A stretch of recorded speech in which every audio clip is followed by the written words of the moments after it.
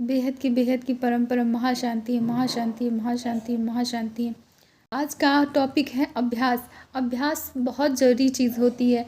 दास जी ने कहा ज्ञान तो बहुत ज़रूरी है। ज्ञान अगर हमेशा हर वक्त बुद्धि में ज्ञान रहेगा तो योग तो स्वतः ही लगा रहेगा बाप से। हमेशा प्रेम निरंतर बढ़ता रहेगा।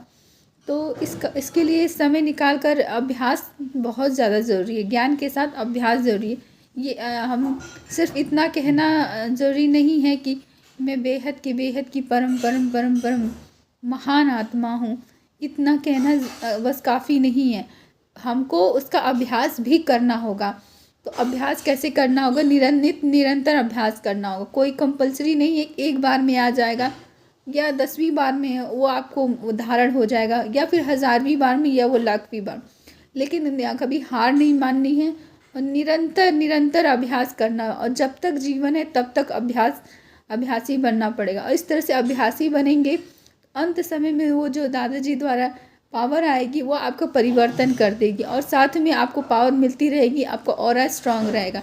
तो निरंतर योगी बनेंगे तो ही मतलब आप कर्मयोगी बनकर और सभी भाव मुक्त होकर मतलब भावनाओं से ऊपर उठकर अपने सारे कार्यों को कर सकेंगे और फिर अपने कार्यों को कर सकेंगे।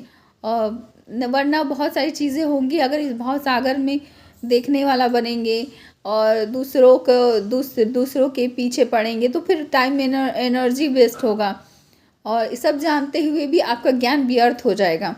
तो इसीलिए कर्मयोगी जीवन में सबसे बड़ा सहायक होता है ज्ञान और योग। बैठकर आसन पद्मासन में बैठकर नित्य योग लगाना सबसे ज़रूरी होता है। इसीलिए नित्य इसका अभ्यास करना चाहिए। साक्षी बहन की जो क्लासेस आती 5:30 से 6:30 करनी चाहिए। इसके अलावा हमारे ग्रुप में भी अलग अलग समय पर क्लासेस आती है, उसको करना चाहिए। इसके साथ ही और भी आप ज्ञान के सुन सकते हैं और अपने नित्य कार्यों को करते हुए इस में मन लगाएंगे तो मन हल्का रहता है। और निरंतर ज्ञान सुनते रहें तो मन हल्का रहता है। और निरंतर अभ्यासी होने से कर्म कटते हैं और कर्म कटने से आत्मा की कट उतरती है। कर्म बंधन थोड़ा हल्के होते हैं और फिर उसके बाद आपका आसान हो जाता है निरंतर कर्मयोगी बने रहना। और भी आसान हो जाता है आपका पुरुषार्थ